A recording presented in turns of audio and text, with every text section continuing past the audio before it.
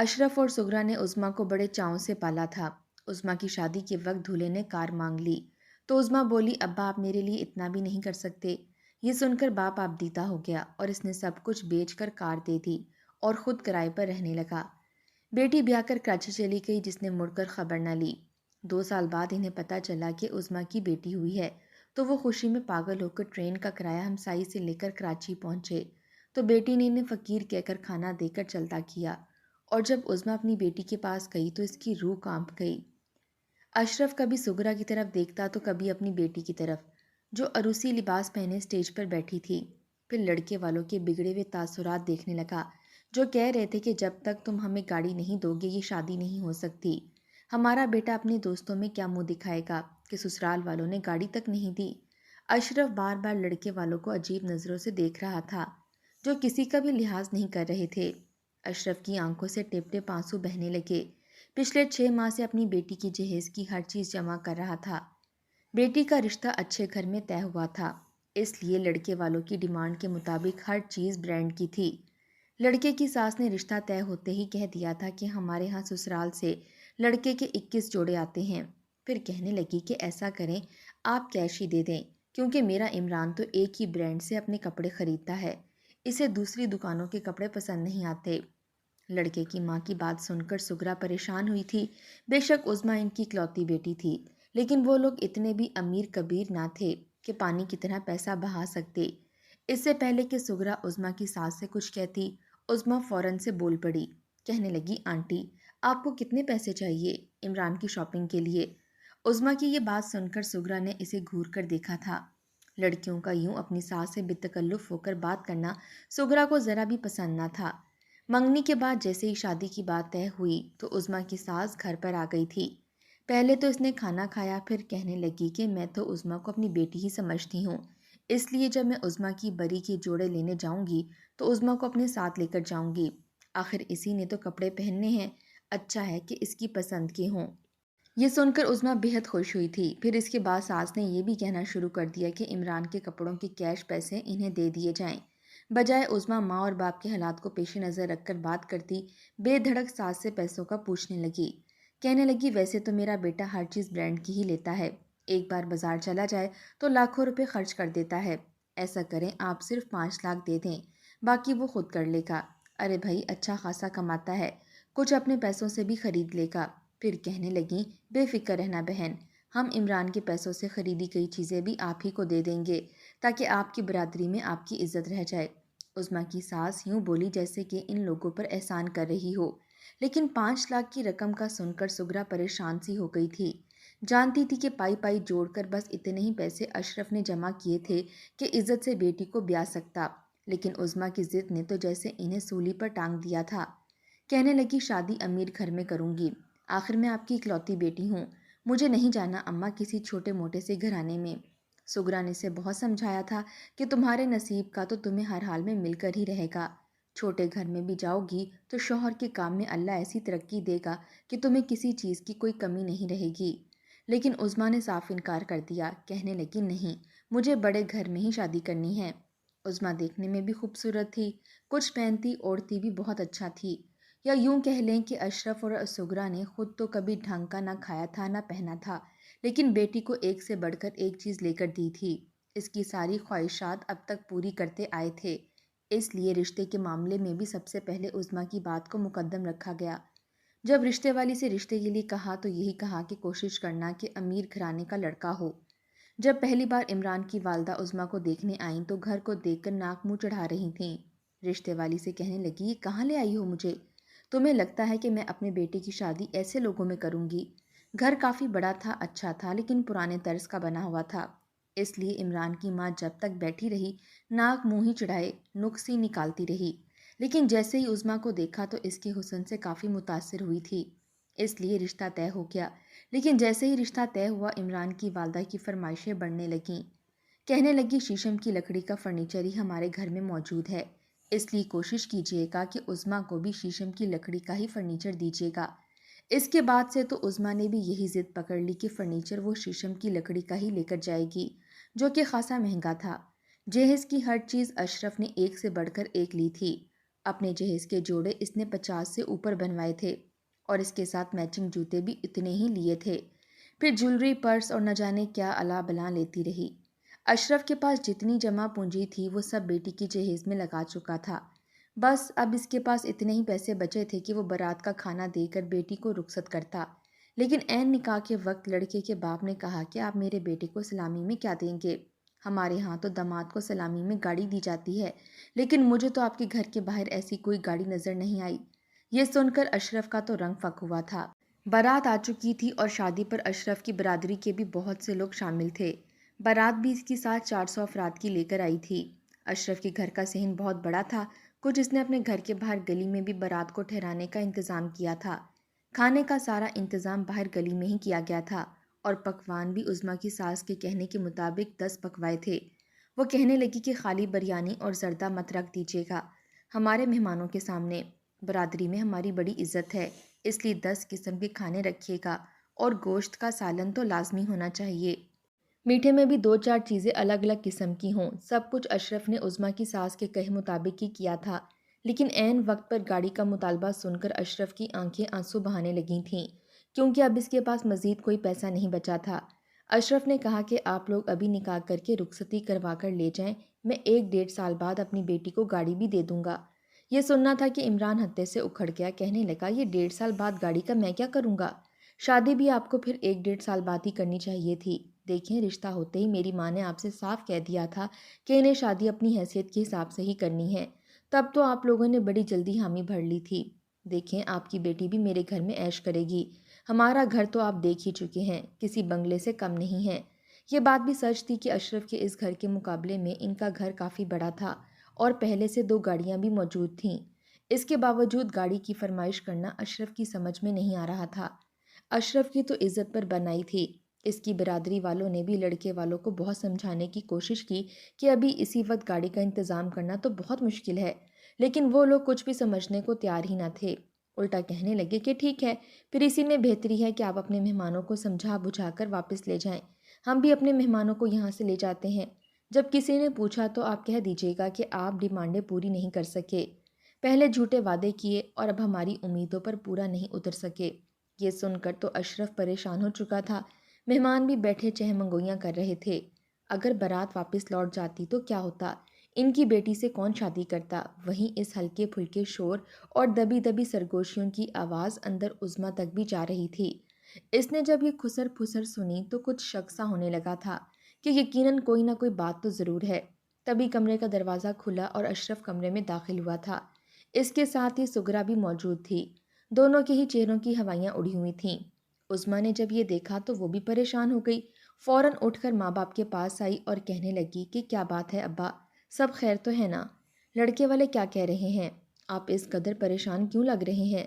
یہ سن کر اشرف نے گہری سانس خارج کی اور پھر بیٹی کو بتا دیا کہ عمران ہم سے گاڑی کی ڈیمانڈ کر رہا ہے، چاہتا ہے کہ ہم اسے سلامی میں کار دیں۔ یہ سن کر تو وہ سوچ میں پڑ چکی تھی، پھر کہنے لگی کہ ابا ٹھیک ہی تو کہہ رہا ہے، وہ آخر کو امیر کبیر لوگ ہیں، ان کے ہاں تو شادی بیاہ پر ایسے ہی بڑے بڑے تحفے دیے جاتے ہیں، اسی سے تو ان کی عزت ہوتی ہے۔ یہ سن کر اشرف نے بے یقینی سے اپنی بیٹی کو دیکھا تھا۔ اس کا دل تو چاہ رہا تھا کہ بیٹی سے کہے کہ آخر اتنی بڑی رقم وہ کہاں سے لائے گا، سارے حالات تو اس کے سامنے ہی تھے، مگر کچھ سوچ کر چپ کر گیا۔ تبھی سغرا کہنے لگی کہ بیٹا، جیسی شادی تمہاری ہم کر رہے ہیں ایسی پوری خاندان میں آج تک کسی کی بھی نہیں ہوئی۔ ہمارے ہاں تو سادگی سے نکاح کر کے اپنے جیسے لوگوں میں بیٹی کو رخصت کر دیا جاتا ہے۔ ایسی شادیاں تو آج تک کسی لڑکے کی بھی نہیں ہوئیں جیسی دھوم دھام سے اور اس قدر ٹھاٹ باٹ سے ہم تمہاری شادی کر رہے ہیں، مگر اب اچانک گاڑی کی سلامی ہم کہاں سے دیں گے؟ اشرف نے اپنا بٹوا نکالا اور کہنے لگا کہ میرے بٹوے میں تو اس وقت صرف 500 کا ایک نوٹ ہی پڑا ہے، وہ بھی گاؤں کے چچا رشید نے شادی کی مبارکباد میں دیا ہے، ورنہ میں تو خالی بٹوا لیے گھوم رہا تھا، گاڑی کے پیسے کہاں سے لاؤں؟ یہ سن کر عظمیٰ کے تیور بدل چکے تھے۔ دیکھتے ہی دیکھتے اس کی آنکھوں سے موٹے موٹے آنسو گرنے لگے۔ کہنے لگی کہ اچھا تو پھر ٹھیک ہے، جا کر باہر لوگوں کو بتا دیں کہ آپ مجھے جہیز میں ایک قدد گاڑی نہیں دے سکتے، وہ لوگ رشتہ توڑ کر چلے جائیں گے اور میں پھر یہاں پر خودکشی کر لوں گی۔ میری قبر پر پھول پھینکنا آپ کو منظور ہے، مگر اپنے داماد کو گاڑی دینا آپ لوگوں کو منظور نہیں۔ بیٹی کی یہ بات سن کر ماں باپ کا تو کلیجہ پھٹ چکا تھا۔ اشرف نے فوراً اپنی بیٹی کے لبوں پر ہاتھ رکھ دیے اور کہنے لگا کہ نہ بیٹی، یہ تو کیسی باتیں کر رہی ہے، میں ہر حال میں گاڑی کا انتظام کروں گا، بس تو فکر نہ کر، مرے تیرے دشمن، میں تو تجھے ہمیشہ خوش دیکھنا چاہتا ہوں۔ اس کے بعد کچھ سوچتے ہوئے اشرف گھر سے نکل چکا تھا۔ کچھ ہی دیر بعد دلہن بنی عظمیٰ کو لا کر باہر بٹھا دیا گیا۔ نکاح خواہ بھی وہیں موجود تھا۔ 1 گھنٹہ ہو چکا تھا مگر اشرف واپس نہ آیا۔ تبھی گلی میں ایک گاڑی کی آواز آئی تھی۔ باہر ایک سفید رنگ کی خوبصورت کار کھڑی تھی۔ اسی کے ساتھ ہی اشرف گھر میں داخل ہوا۔ اس کے چہرے کی رنگت بالکل زرد پڑی ہوئی تھی۔ اس کا وجود کپ کپا رہا تھا۔ ایک نظر اس نے اپنی بیٹی کے چہرے پر ڈالی تو بے ساختہ آنکھوں میں جھلملاتے ہوئے آنسو گالوں پر بہہ آئے تھے۔ وہ چھپاتا ہوا چابی لا کر داماد کے ہاتھ پر رکھ چکا تھا کہ یہ تمہاری سلامی کی گاڑی ہے۔ یہ دیکھ کر تو سارے خاندان والے اش اش کر اٹھے تھے۔ اشرف کی خوب تعریفیں کرنے لگے کہ تم تو پہلے باپ ہو جس نے اپنی بیٹی کو بڑھ چڑھ کر جہیز دیا ہے، یہاں تک کہ سلامی میں گاڑی بھی دے دی۔ وہیں عمران بھی خوش تھا۔ اس کے بعد ہی نکاح کی رسومات کو شروع کیا گیا اور یوں عظمیٰ اور عمران کا نکاح ہو گیا۔ سارے باراتی کھانا کھا رہے تھے مگر عمران کی ماں کھانے میں نقص نکال رہی تھی۔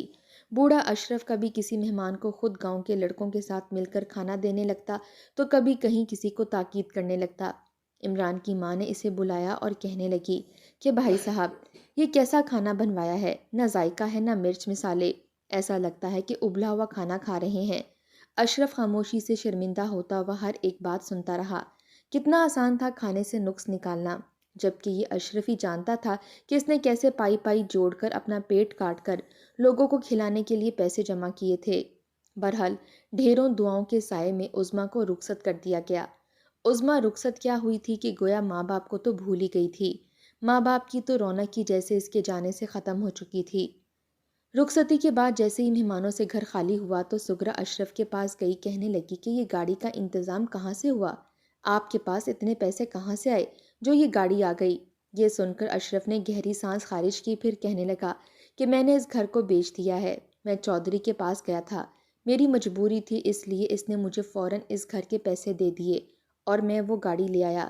یہ سن کر تو سغرا سر پکڑ کر بیٹھ چکی تھی، روتے ہوئے کہنے لگی کہ یہ گھر تو بک چکا ہے، اب ہم کہاں رہیں گے، ہم کہاں جائیں گے؟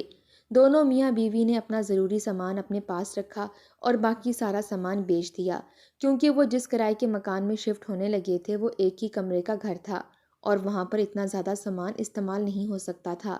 ویسے بھی دونوں میاں بیوی کو پیسوں کی ضرورت تھی، اس لیے سامان بیچ کر اس سے گھر کے لیے سودا سلف لے لیا اور کچھ ادھار چکا دیا۔ ان کی بیٹی بھی کراچی چلی گئی تھی جو کہ یہاں سے کئی گھنٹوں کی مسافت پر پڑتا تھا۔ اگر ٹرین میں بھی سفر کیا جاتا تو 4 سے 5 گھنٹے لگ جایا کرتے تھے۔ شادی کے ہفتے بعد تک تو اس نے ماں سے فون پر بھی بات نہیں ہوئی تھی۔ جب بھی اشرف بیٹی کو فون کرتا تو یہی کہتی کہ ابھی میں عمران کے ساتھ ایک دعوت پر جا رہی ہوں، بعد میں آپ کو خود کال کروں گی۔ دونوں میاں بیوی ساری رات بیٹھے رہے کہ کب بیٹی واپس آئے گی اور کال کرے گی، مگر عظمیٰ نے کوئی کال نہیں کی تھی۔ اگلے روز صبح اٹھ کر جب سغرا نے خود عظمیٰ کو کال کی تو کتنی دیر فون بجنے کے بعد اس نے فون اٹھایا تھا۔ پھر غصے سے ماں سے کہنے لگی، کیوں بار بار کال کر کے تنگ کر رہی ہو؟ میں سو رہی تھی اور آپ لوگ ہو کہ ہر وقت فون کھڑکاتے رہتے ہو، کہا جو تھا کہ میں خود کال کروں گی۔ یہ سن کر اس نے فون کھڑاک سے بند کر دیا تھا، جبکہ سغرا تو منہ کھولے فون کو دیکھتی رہ گئی۔ اس کی آنکھوں میں آنسو جھلملائے تھے۔ اس نے جب گھڑی پر وقت دیکھا تو دن کے 11 بج رہے تھے۔ اشرف کہنے لگا کہ بڑے لوگوں میں بیاہ کر گئی ہے، شہری لوگ ایسے ہی ہوتے ہیں، رات گئے تک جاگتے ہیں اور صبح لیٹ ان کا ناشتہ ہوتا ہے۔ ہماری بیٹی بھی وہاں کے ماحول میں ڈھل گئی ہے، تم فکر مت کرو، بس اس کے لیے دعائیں کرو کہ وہ جہاں بھی رہے خوش رہے۔ وہ دن اور پھر اس کے بعد یوں ہی کئی ماہ گزر گئے، مگر عظمیٰ نے تو ماں باپ کو کال بھی نہیں کی تھی۔ اشرف کی صحت بھی اب پہلے جیسی نہیں رہی تھی۔ کام کی زیادتی کی وجہ سے وہ کافی کمزور رہنے لگا تھا، جبکہ وہیں ادھار والے بھی اکثر ان کا دروازہ کھٹکھٹاتے رہتے تھے۔ دونوں میاں بیوی بڑی مشکل سے گزارا کر رہے تھے۔ کتنی بار سوچا کہ جا کر بیٹی سے مل کر آئیں، جب بھی پیسے جوڑنا شروع کرتے تو کوئی نہ کوئی دونوں میں سے بیمار ہو جاتا اور پھر وہ پیسے اس کی بیماری پر لگ جایا کرتے۔ وقت ریت کی طرح ہاتھ سے پھسلتا چلا گیا اور 2 سال یوں ہی بیت گئے۔ اب تو انہیں اپنی بیٹی کے چہرے کے خد و خال بھی بھولنے لگے تھے۔ ہر وقت دونوں بیٹی کی یاد میں تڑپتے رہتے۔ کئی بار تو وہ پرانے گھر کا چکر بھی لگا کر آئے تھے۔ ہفتے میں 2-3 مرتبہ جا کر ان لوگوں سے بھی پوچھا کرتے تھے کہ کہیں میری بیٹی یہاں مجھ سے ملنے تو نہیں آئی تھی، مگر وہ ہر بار ہی انکار کر دیتے۔ 2 سال بعد ان کا کوئی رشتہ دار کراچی سے آیا تو کہنے لگا کہ عظمیٰ کے ہاں بیٹی کی پیدائش ہوئی ہے۔ وہ لوگ بڑے خوش باش ہیں اور کچھ دنوں تک عقیقہ کرنے والے ہیں۔ یہ سن کر تو دونوں میاں بیوی کی خوشی کی کوئی انتہا نہیں رہی۔ وہ خدا کا شکر ادا کرتے ہوئے اپنی بیٹی اور نواسی کو ڈھیروں دعائیں دینے لگے۔ ان کا بس نہیں چل رہا تھا کہ ابھی اڑ کر اپنی بیٹی اور نواسی کے پاس پہنچ جاتے۔ اشرف، بس اب مجھ سے مزید برداشت نہیں ہوتا۔ 2 سال گزر چکے ہیں، میں نے اپنی بیٹی کا چہرہ تک نہیں دیکھا۔ بس تم کہیں سے بھی پیسے لو اور مجھے کراچی اپنی بیٹی کے پاس لے کر جاؤ، میں مزید اسے دیکھے بغیر نہیں رہ سکتی۔ بس پھر کیا تھا، اشرف نے پڑوس کے ایک شخص سے ادھار پیسے لیے اور دونوں میاں بیوی اسی روز ٹرین میں بیٹھ کر کراچی پہنچ گئے۔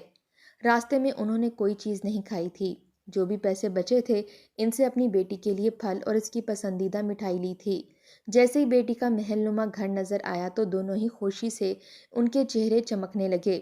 کئی لوگ وہاں سے آ جا رہے تھے۔ بڑی بڑی گاڑیاں گھر کے باہر اور گھر کے اندر کھڑی تھیں۔ وہ لوگ کافی امیر تھے، ایسا لگ رہا تھا کہ جیسے یہاں پر کوئی بہت بڑی دعوت کا اہتمام ہو۔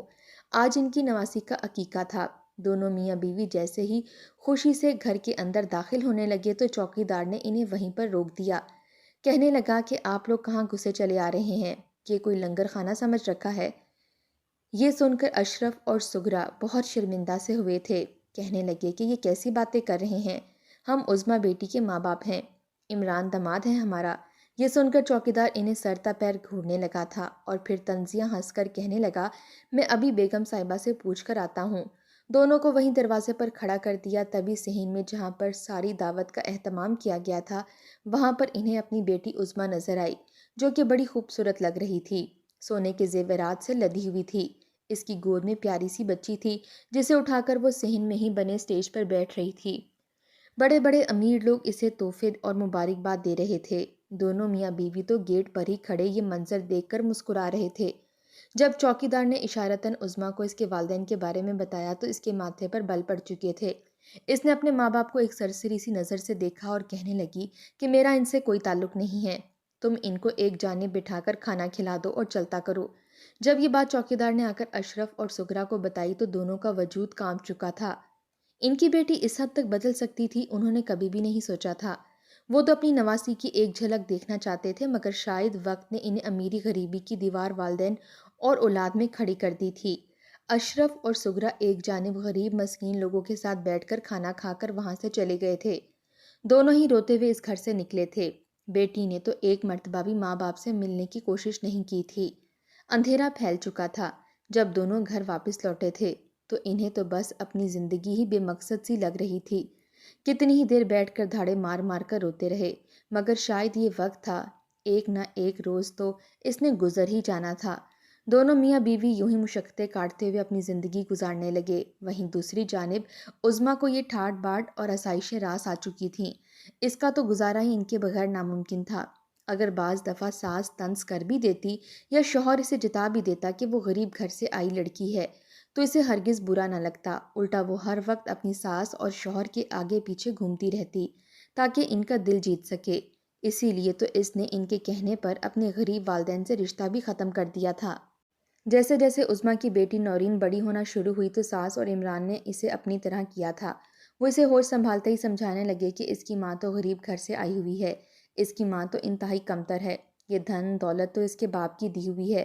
اکثر وہ اپنی ماں کے ساتھ اپنی دادی اور باپ کا رویہ انتہائی برا دیکھتی۔ وہ بات بات پر اسے تانا دیا کرتے مگر عظمیٰ تو ڈھیٹ بن کر جیسے خود کو کمتر سمجھتی ہوئی اس آسائش کی لالچ میں سب سہتی رہتی تھی۔ یہی دیکھا دیکھی نورین نے بھی اپنی ماں سے بدتمیزی کرنا شروع کر دی۔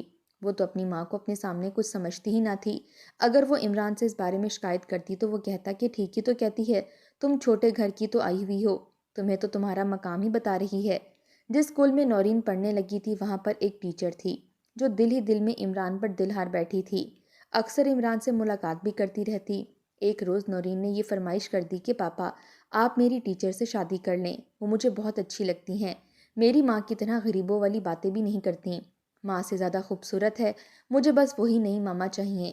یہ سن کر عظمیٰ نے اسے تھپڑ بھی مار دیا لیکن بیٹی کو روتا دیکھ کر عمران آگ بگولا ہو گیا، دھکے مار کر اسے گھر سے نکال دیا اور کہنے لگا کہ میں نے آج تک اپنی بیٹی کی ایک بھی خواہش کو رد نہیں کیا، اسے بھی نہیں رد کروں گا۔ ویسے بھی اب تم مجھے دے ہی کیا سکتی ہو، کیونکہ نورین کی پیدائش کے وقت کچھ پیچیدگیوں کی وجہ سے وہ دوبارہ اب کبھی ماں نہیں بن سکتی تھی۔ اس نے دھکے مار کر عظمیٰ کو گھر سے نکال دیا اور کہا کہ بہت جلد طلاق کے کاغذات تم تک پہنچ جائیں گے۔ روتی بلکتی حالت میں وہ اپنے میکے گھر پہنچی تھی۔ اسے اپنی غلطیوں کا احساس تھا۔ جیسے ہی دروازہ کھلا تو سامنے اس کے والدین کی جگہ کوئی اور لوگ تھے۔ کہنے لگے کہ وہ تو کئی سالوں سے روز تمہارا پوچھنے آتے تھے، کہیں تم ان سے ملنے تو نہیں آئی، مگر اب تو 2 ڈھائی سال ہونے والے ہیں، دوبارہ وہ یہاں نہیں آئے۔ بہرحال انہوں نے اس کرائے کے گھر کا پتہ بتایا جہاں پر وہ دونوں میاں بیوی رہ رہے تھے۔ عظمیٰ بھاگتی ہوئی اس کرائے کے گھر تک آئی، مگر وہاں کے رہنے والے کرایہ داروں نے اسے بتایا کہ اس کے والدین تو کئی سال پہلے ہی ہارٹ اٹیک سے مر چکے ہیں، دونوں میاں بیوی وفات پا چکے ہیں، فلاں قبرستان میں دفن ہیں، آپ وہاں چلی جائیں۔ یہ سن کر تو عظمیٰ وہیں بے ہوش ہو کر گر چکی تھی۔ ہوش آیا تو کبھی سر پیٹتی، کبھی بال نوچتی۔ یہ کیا ہو چکا تھا اس کے ساتھ؟ سب کچھ اس سے چھن چکا تھا، نہ شوہر، نہ بیٹی، نہ گھر، نہ ہی ماں باپ، کچھ بھی تو نہیں رہا تھا اس کے پاس۔ دولت کے نشے میں وہ اس قدر اندھی ہو گئی تھی کہ آج سب کچھ گنوا چکی تھی۔ مجبوراً روتے دھوتے واپس عمران کے گھر گئی، اس کی منتیں سماجتیں کیں، ناک رگڑا تو وہ کہنے لگا کہ تمہیں اب بیوی کے درجے پر تو نہیں، البتہ نوکرانی بنا کر ضرور اس گھر میں رکھ سکتا ہوں۔ وہ تو اپنا سر چھپانے کے لیے نوکرانی بننے کو بھی تیار ہو چکی تھی۔